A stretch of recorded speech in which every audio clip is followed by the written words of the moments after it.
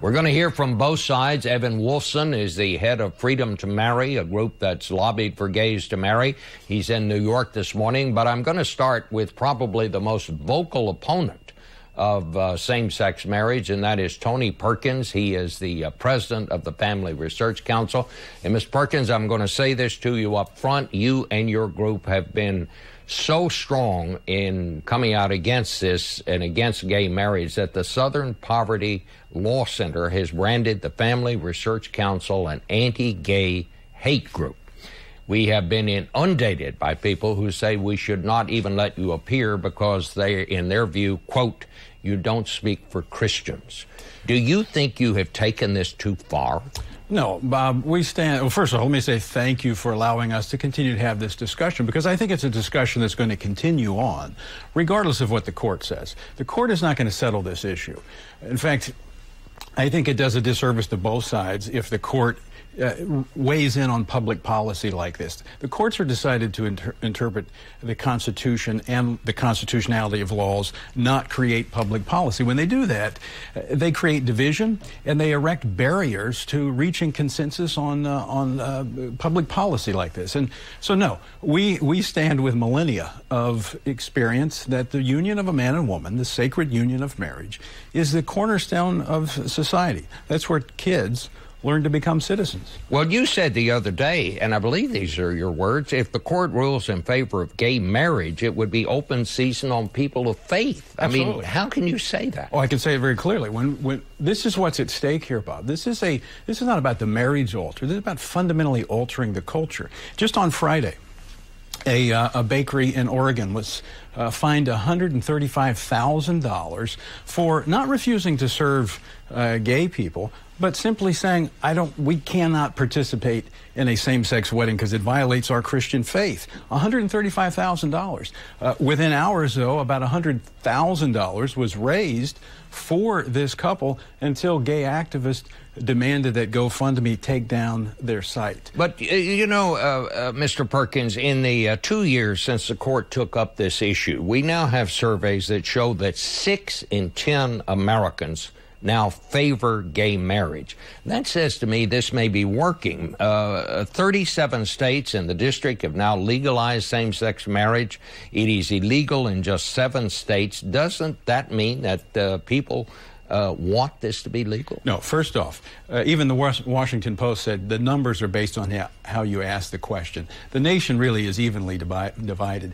And the narrative 37 states, that works for those who want to say the consensus is on the side of redefinition. But you have to realize only voters in 3 of those states actually voted to allow the redefinition of marriage. In the vast majority of the others, it's been imposed on them by the courts. And for those that would say there's a global consensus, that's not true either. Only 17 of the 193 member states of the United Nations have redefined marriage, and only 1, Brazil, is the only nation that's allowed it to be done by the courts.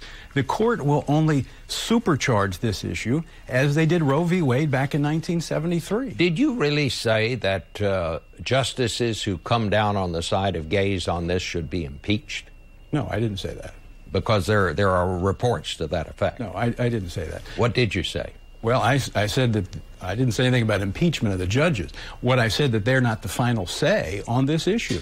In our system of government, the courts are not the final say on issues. And for the court to decide on something like this and impose it on the nation, which the polling, even CBS's own polling, says a majority of Americans are opposed to the idea that the Supreme Court would impose this on the nations. They think it's best left to the states. That's how we come to a consensus in this country. And as abortion remains an issue 42 years later, in every election from president on down, it'll continue to be an issue, just as the major Republican candidates last night in Iowa made it an issue. All right. Well, thank you very much, Mr. Perkins, for being with us. And now we go to New York and Evan Wolfson, who is head of Freedom to Marry. Well, you just heard what one of the main opponents to this says, Mr. Wolfson. What's your side of the story here?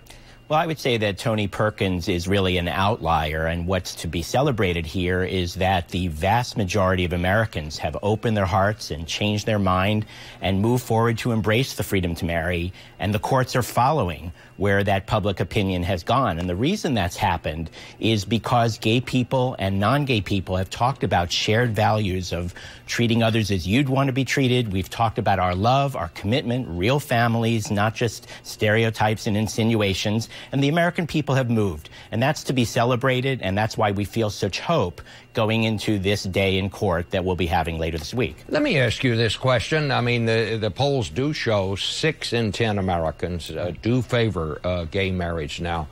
But regardless of what you may think of Tony Perkins and his group, there are some very sincere, thoughtful people that are on both sides of this issue. What do you say? What is your message to the 4 in 10 who do not favor gay marriage?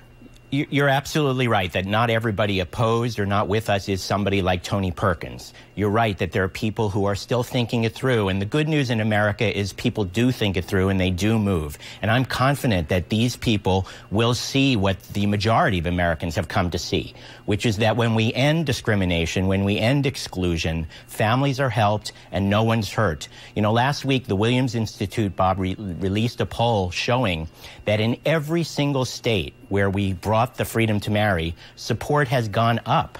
People, when they get a chance to see it for real and to open their hearts and to talk to their neighbors, understand that civil rights advances like this are good. They're good for the community, they're good for the country, they're good for the Constitution, and they're certainly good for families.